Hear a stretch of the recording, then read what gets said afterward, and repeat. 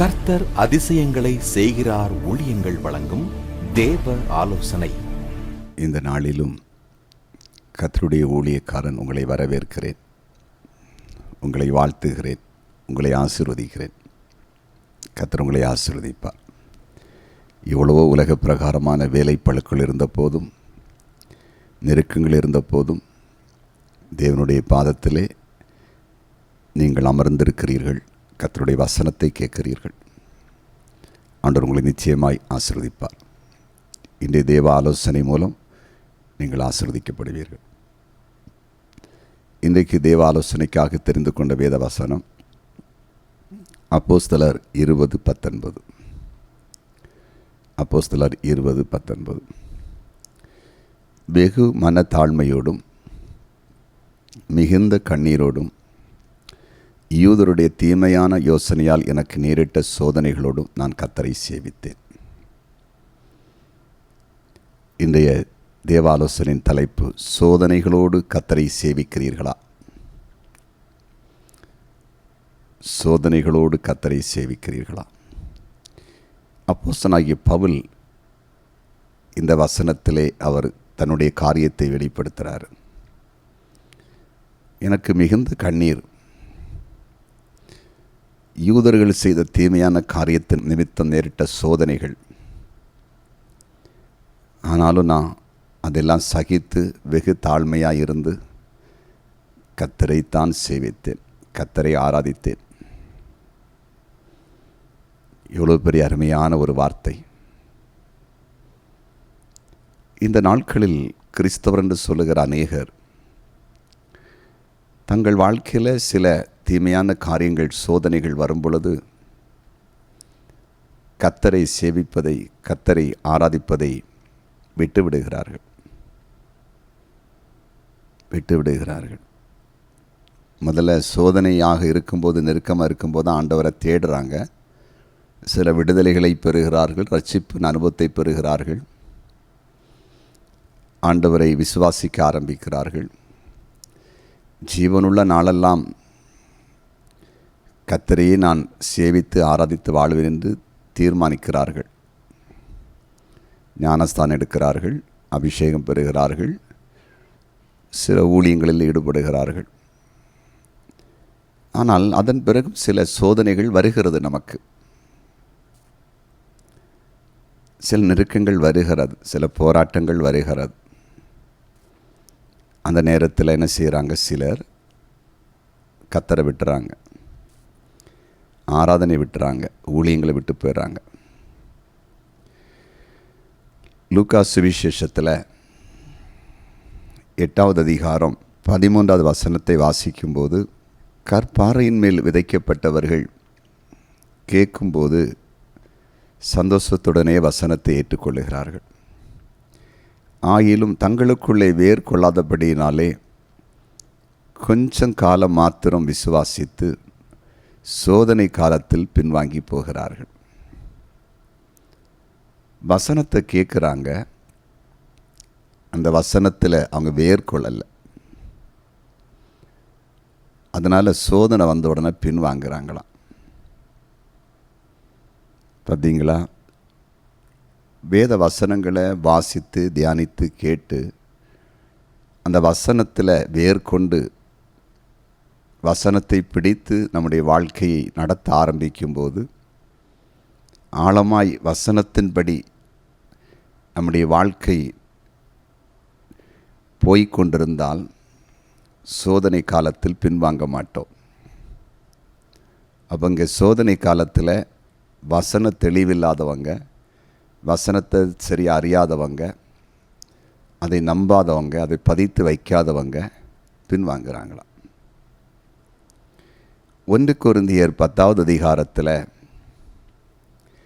13வது வசனத்தை வாசிக்கும்போது, 1 கொரிந்தியர் 10:13 அப்போஸ்தலனாகிய பவுல் கொரிந்து சபைக்கு எழுதும்போது எழுதுகிறார், மனுஷருக்கு நேரிடுகிற சோதனை அல்லாமல் வேறே சோதனை உங்களுக்கு நேரிடவில்லை.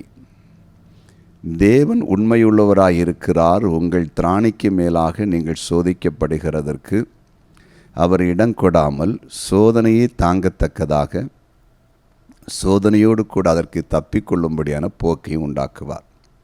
சபைக்கு அழகான ஒரு ஆலோசனையை பலவிதமான சோதனை நேரத்திலும் கர்த்தரை சேவித்த பவுல் சொல்லிக் கொடுக்கிறார். உங்களுக்கு நேரிடுகிற சோதனை, சபையாருக்கு நேரிடுகிற சோதனைகள், நெருக்கங்கள், உபத்திரவங்கள், அது எப்படின்னா மனுஷனுக்கு நேரிடுகிறது தான். மனுஷனுக்கு வர வேண்டிய சோதனைகள் தான் வருது, வேற ஒன்றும் வரலை. அதனால் தேவன் உண்மையுள்ளவராக தான் இருக்கிறார், அவர் பொய்யானவர் அல்ல. திராணிக்கு மேலாக சோதிக்கப்படுவதற்கு இடம் கொடுக்கவே மாட்டார். பார்த்தீங்களா எவ்வளோ அழகாக சொல்கிறாரு. நமக்கு வருகிற சோதனை நம்ம திராணிக்கு மேலே இருக்காதுங்க. கர்த்தர் அனுமதிக்கிற சோதனை, போராட்டம், நமக்குன்னு ஒரு திராணி இருக்குதில்ல, நமக்குன்னு ஒரு பலம் இருக்குதில்ல, நமக்குன்னு ஒரு தைரியம் இருக்குதில்ல, அதை மிஞ்சி போகாதான், அதுக்குள்ளே நிறுத்திடுவார். அது மட்டுமல்ல, அந்த சோதனையை தாங்கத்தக்கதாக நமக்கு வருகிற சோதனையை தாங்கிறதுக்கும் பலம் கொடுக்குறார். பார்த்தீங்களா, திராணிக்கு மேலே சோதிக்க அனுமதிக்க மாட்டார், வருகிற சோதனையை தாங்கவும் பலன் கொடுக்கிறாரு. பவுலிட்ட ஆண்டு சொன்னார், உனக்கு பலகீனம் இருக்குதாப்பா, பலகீனத்தில் என் பலன் பூரணமாய் விளங்கும். அப்படின்னா உனக்கு வந்திருக்கிற அந்த சோதனையை, கஷ்டத்தை, அந்த வேதனையை தாங்கத்தக்கதான ஒரு சக்தியை, ஒரு பலனை நான் உனக்கு தருகிறேன்னு கர்த்தர் சொல்கிறார். அந்த ஆண்டவர் கொடுத்த பலனோடு தான் அந்த சோதனையாகிய பலகீனங்களை தாங்கிக் கொண்டு அப்போஸ்தலனாகிய பவுல் கர்த்தருடைய ஊழியத்தை நிறைவேற்றினார். புரிந்து கொண்டீர்களா? இப்போ நமக்கு வருகிற சோதனைகளை தாங்கவும் அவர் கிருபை பாராட்டுகிறார். அது மட்டுமல்ல, சோதனையோடு கூட அதற்கு தப்பிக்கொள்ளும்படியான போக்கையும் உண்டாக்குவார். சோதனை வருதா, அந்த சோதனையில் நம்ம தப்புவதற்கு ஒரு வழி உண்டாக்கப்படும். எத்தனை போராட்டம் வரட்டும், எத்தனை உபத்திரம் வரட்டும், கர்த்தருடைய பிள்ளைகளுக்கு, சபையாருக்கு அந்த சோதனையிலிருந்து விடுபடுவதற்கு ஒரு மார்க்கம், ஒரு வழி வச்சிருப்பார். தானியேலுக்கு ஒரு பெரிய சோதனை வந்தது. சிங்கக்கவியில் அவரை போட்டு சிங்கம் அவரை சேதப்படுத்தி அழிச்சிரும் அப்படின்னு சொல்லி எதிரிகள் தீர்மானித்து ஒரு காரியத்தை செய்தாங்க. அது ஒரு பெரிய சோதனை. அதிலிருந்து தப்புவதற்கு ரொம்ப கஷ்டம். பசியோடு இருக்கிற சிங்கம் இருக்கிற கூட்டத்தில் ஒரு மனிதனை உயிரோடு தூக்கி போட்டால் கண்டிப்பாக அந்த சிங்கம் அவங்கள திருப்பி விடவே விடாது.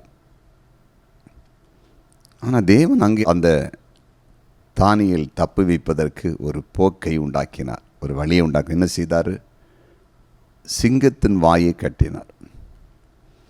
இப்போ அதாவது தானியேல் சிங்கக்கவியில் போகாமலே தடுத்து நிறுத்தி இருக்க முடியும். சிங்கக்கவியில் போடுவதற்கு தூக்கும் போதே, அவரை தூக்கி உள்ள கொண்டு போகும்போதே தூக்குனவர்களை தேவனால் அடித்து நொறுக்கி இருக்க முடியும். தூதன் அனுப்பி அந்த இடத்துல காத்திருக்க முடியும். அது ஒன்றும் அவர் செய்யலை. எங்கே வச்சு செய்கிறாருன்னா, அந்த சிங்கம் இருக்கிற இடத்துல போட்ட போது சிங்கத்தின் வாயை தூதனை வைத்து கட்டுகிறான். இப்போது தானியேலுக்கு ஒரு சேதமும் இல்லை. சேதம் இல்லாமல் அந்த சோதனையிலிருந்து வெளியே வருகிறார். பார்த்தீங்களா, சோதனைக்கு தப்புவதற்கு அங்கே ஒரு போக்கு, ஒரு வழி உண்டாக்கப்பட்டது. இன்றைக்கு இந்த தேவ ஆலோசனையை கேட்டுக்கொண்டிருக்கிற உங்களோடு கர்த்தர் பேசுகிறார். கர்த்தரை அறிந்திருக்கிற எனக்கு, கர்த்தரை ஆராதிக்கிற எனக்கு, கர்த்தருக்கு ஒளி செய்கிற எனக்கு எத்தனை சோதனை, எத்தனை போராட்டம். என்ன செய்யலாம்? சபையை விட்டு விடலாமா? கர்த்தரை சேவிப்பதை விட்டு விடலாமா? ஆராதனையை விட்டு விடலாமா? ஊழியத்தை விட்டு விடலாமா நினைக்கிறீங்களா? வேண்டவே வேண்டாம். என்ன சோதனை வந்தாலும் அந்த சோதனை நடுவில் அப்போஸ்தலனாகிய பவுல் சொன்னதைப் போல யூதர்களுடைய தீமையான யோசனைகளினால் வந்த அந்த சோதனைகளிலும் நான் மிகவும் மனத்தாழ்மையோடு கர்த்தரையே நான் சேவித்தேன். கர்த்தரையே சேவித்தேன். ஆண்டவரை பவுல் சேவித்ததைப் போல நீங்களும் ஜீவனுள்ள நாளெல்லாம், உயிரோடு இருக்க நாளெல்லாம் கர்த்தரை ஆராதிப்பதற்கு உங்களை ஒப்பு கொடுங்க. யோசுவா சொன்னதைப் போல நானும் என் வீட்டாரமோ என்றால் கர்த்தரையே சேவிப்போம். கர்த்தரை சேவிங்க. சில வேளையில் இந்த நாட்களில் ஏதாவது உங்களுக்கு சோதனை இருந்தாலும் தப்புவிக்க பண்ணுவார். இனிமேல் உங்களுக்கு சோதனை வந்தாலும் தப்புவிக்கப்படுவீர்கள். ஆண்டவர் உங்கள் கூட இருப்பார். அதிசயங்களை நீங்கள் பார்ப்பீர்கள். சோதனையான நேரங்கள் வரும் பொழுது தேவனை விட்டு பின்வாங்காதீங்க, கர்த்தரை விட்டு போகாதீங்க, உறுதியாய் நில்லுங்க. அற்புதம் செய்வார். ஜெபிப்போமா? ஜெபிக்கலாம். ஆமாண்டவரே, அப்போஸ்தலனாகிய பவுல் தீமையான காரியங்கள், போராட்டமான காரியங்கள் வந்த போதும், பல சோதனைகள் அவர் சந்தித்த பொழுதும் அவர் உம்மை சேவிப்பதை விடவே இல்லை. உம்மை சேவித்து கொண்டே இருந்தார், ஆராதித்து கொண்டே இருந்தார். அதே போல் இன்றைக்கு தேவ ஆலோசனையை கேட்ட அனைவரும் எத்தனை சோதனை வந்தாலும் அந்த சோதனையை தாங்கவும் அதிலிருந்து தப்புவிக்கவும் வழி செய்கிற கர்த்தரைத்தான் நாங்கள் சேவித்து கொண்டிருப்போம். நாங்கள் தேவனுடைய அற்புதங்களை பார்ப்போம், ருசிப்போம், சாட்சியாக நிற்போம் என்ற ஒரு நம்பிக்கையோடு தங்களை அர்ப்பணிக்கவும், ஆண்டவரை தொடர்ந்து தேடவும் ஆராதிக்கவும், உமக்கென்று நிலை நிற்கவும் நீர் கிருபை தாரும். இந்த நாட்களில் யாராவது பலவித சோதனைகள் அகப்பட்டிருந்தால் அவர்கள் தப்புவிப்பதற்கான ஒரு வழியை கர்த்தர் உண்டாக்கும்படியாய் ஜெபிக்கிறேன். நீர் எங்கள் ஜெபத்தை கேட்டீர். நன்றி. இயேசுவின் நாமத்தில் பிதாவே, ஆமென்.